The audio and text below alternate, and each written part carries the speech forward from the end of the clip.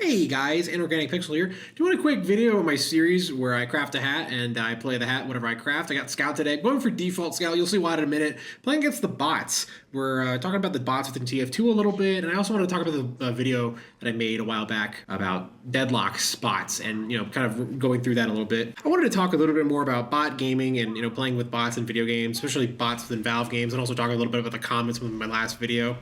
I felt as if that video blew up, and for my very small channel, I thought it'd be cool to do a follow-up sequel to that, following with a little series that I run. And I also want to kind of say thanks a lot for watching, liking, disliking that video, commenting, and everything. I really appreciate the discussion and whatnot. One thing I wanted to share with you guys was that it was my most disliked video, and it had a majority of likes, but I thought it was interesting to still kind of talk a bit about the bots. I was surprised to hear how negative the criticisms that I had were within the game itself, and for interesting reasons. We'll go into that in just a minute.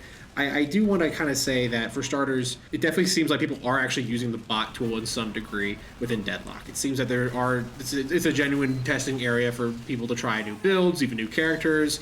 I want to say, too, one person actually said that the bots had greatly improved since day one of him playing Deadlock. I don't know if that's 100% true, but I think overall a few things that I really want to hope comes across in this video, and also even the last video, is that my perspective on how bots should be used and how they should act within video games. Number one, I think bots should be able to interact with objectives, classes, items, and each other within a bot mode. Number two, I think the bots should pose as a threat to the human players. Number three, I think bots should be able to navigate the map. Overall, I think the entire purpose of any bot mode should be to emulate a kind of vertical slice or a standard version of how the game should be played.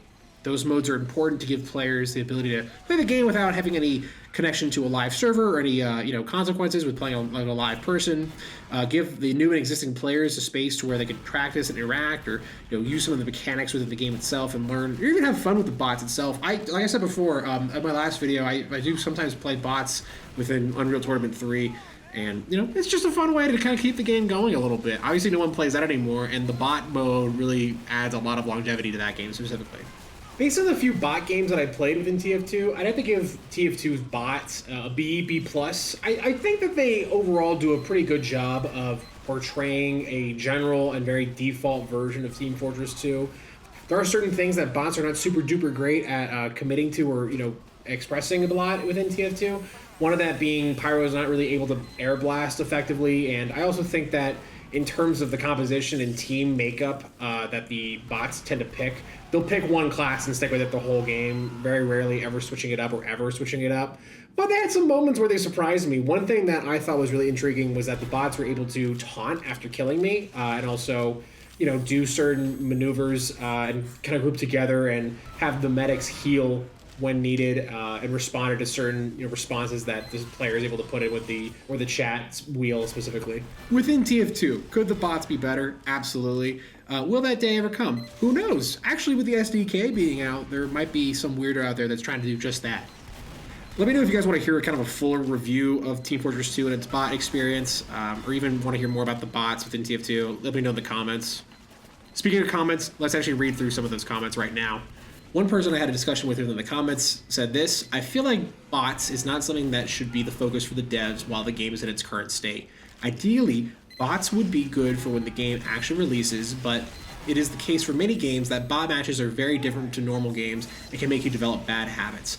I wouldn't say that 100%. Valve has made some games like Left 4 Dead or Team Fortress 2, I've even argued Counter-Strike, that genuinely kind of makes a genuine experience.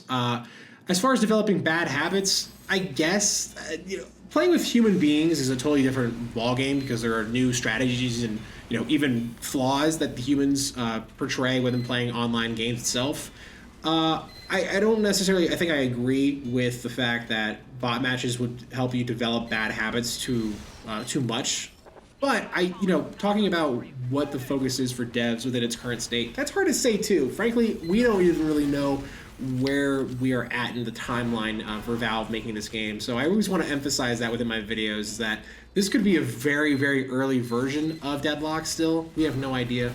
This one was pretty funny. The most useless DL video ever.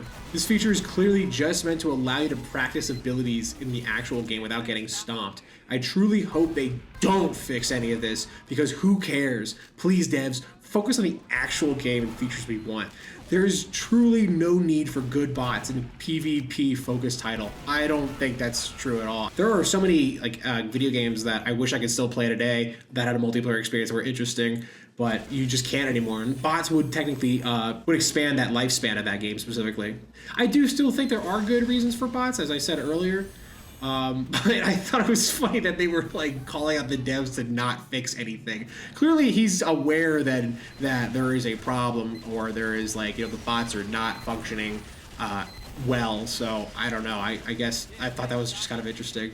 Then this guy chimes in, no, they're actually not. They're a testing tool. And just like Valve gives zero shiz about bots in Dota, they don't care about them here either. This has to be rage bait to farm views or something, LMAO. You literally can't be this new to gaming unless you're like 12.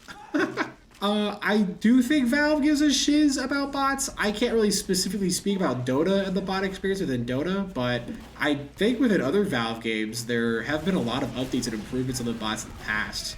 And as far as rage bait to farm views or something, I mean, yeah, welcome to YouTube, dude. Yeah, please like and subscribe, duh.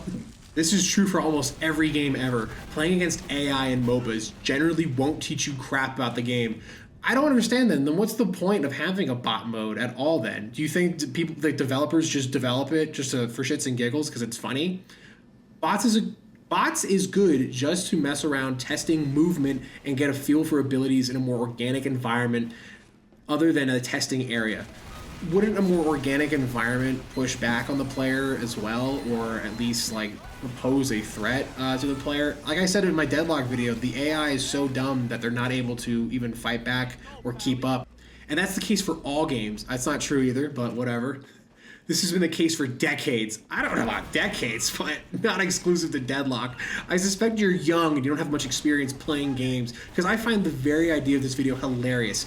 He adds LOL at the end as well. Imagine playing Battlefield 2 and whining the bots aren't a realistic experience in Sukachish. LMAO. Then he says, yes, no shiz they do. They did even way back in the ancient console eras. Back in the ancient console era of when the games had to be powered by the fuel of horses and buggies and carriages. But yeah, that's essentially this video. I appreciate you guys watching, and hope you have a great rest of your day. Please like and subscribe, and let me know what you guys think. Have a good one. Bye.